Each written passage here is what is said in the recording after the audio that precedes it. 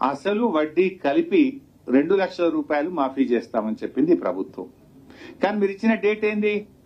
December 9, 2023 నాడు మొదటి సంతకం పెట్టి రుణమాఫీ చేస్తామన్నారు.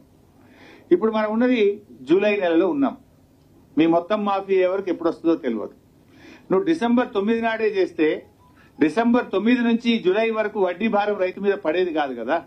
ఈ 8 నెలల కాలానికి వడ్డీ భారం రైతు ఎందుకు భరించాలి? మీరు ఇచ్చిన మాట తప్పుతున్నారు కదా.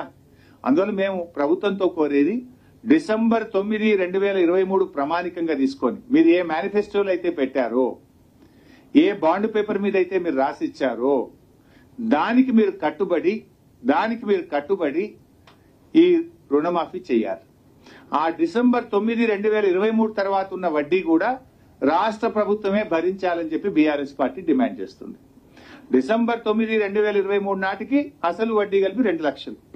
ఆ డిసెంబర్ 9 నుంచి ఏ రోజు వరకు అయితే రుణమాఫీ ఆలస్యం అవుతుందో ఆ రోజు వరకు అయ్యే వడ్డీ కూడా రాష్ట్ర ప్రభుత్వమే భరించాలి. అది మీరు రైతులకు ఇచ్చిన మాట, అది మీరు ప్రభుత్వంగా ఎన్నికల ముందు ప్రజలకు ఇచ్చిన మాట. దాన్ని నిలుపుకోవాలి, మాట మీద నిలబడాలని చెప్పి బీఆర్ఎస్ పార్టీ డిమాండ్ చేస్తుంది. ఇకపోతే రైతుల పట్ల ఇందులో 4.13 ఇలా కొంత బాధ కలిగేది ఏంటంటే రైతులను అవమానపరిచే విధంగా పెట్టారు. రైతు యొక్క బాధ్యతలు అని చెప్పి ఇందులో ఒక పాయింట్ రాశారు. ఏమంటారు?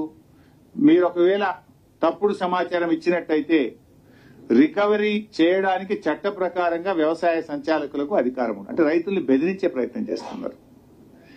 రైతులు ఎప్పుడు తప్పు చెప్పరు. రైతులు తప్పు చెప్తారా? రైతుకు అందరికంటే ఆత్మగౌరవ విలువలు ఎక్కువ. భూమిని నమ్ముకుంటాడు తప్ప ఆ రైతు ఎప్పుడు కూడా ఆత్మగౌరవాన్ని తాకట్టు పెట్టుకోడు. రైతుకు మీరు ఇచ్చేదేదో గౌరవంగా ఇవ్వాలి, కానీ రైతును భయపెట్టొద్దు, రైతును అవమానపరచొద్దు. ఇటువంటి పదాలు వాడడం తీవ్రమైన అభ్యంతరకరాన్ని బీఆర్ఎస్ పార్టీ తెలియజేస్తా ఉంది. అంటే మీ అన్ని ఇట్లే ఉన్నాయి. ఇలా ముఖ్యమంత్రి గారి గతంలో ఒకసారి మాట్లాడుతూ ఏమన్నారంటే రేషన్ కార్డు మేము ప్రామాణికంగా తీసుకోవడం లేదు అన్నారు. ఇది 5 రోజుల క్రితమే ముఖ్యమంత్రి గారి మాట. అది కూడా ఒకసారి మీరు చూడండి, ఎట్లా మాట తప్పుతారో కూడా తెలుస్తుంది. రైతు రుణమాఫీపై కీలక వ్యాఖ్యలు చేశారు సీఎం రేవంత్ రెడ్డి. రుణమాఫీకి సంబంధించి 4 రోజుల్లోనే మార్గదర్శకాలు విడుదల చేస్తామని స్పష్టం చేశారు. రుణమాఫీ పొందడానికి రేషన్ కార్డు ప్రామాణికం కాదని స్పష్టం చేశారు. 2 లక్షల వరకు మాత్రమే రుణమాఫీ చేస్తామని వెల్లడించారు.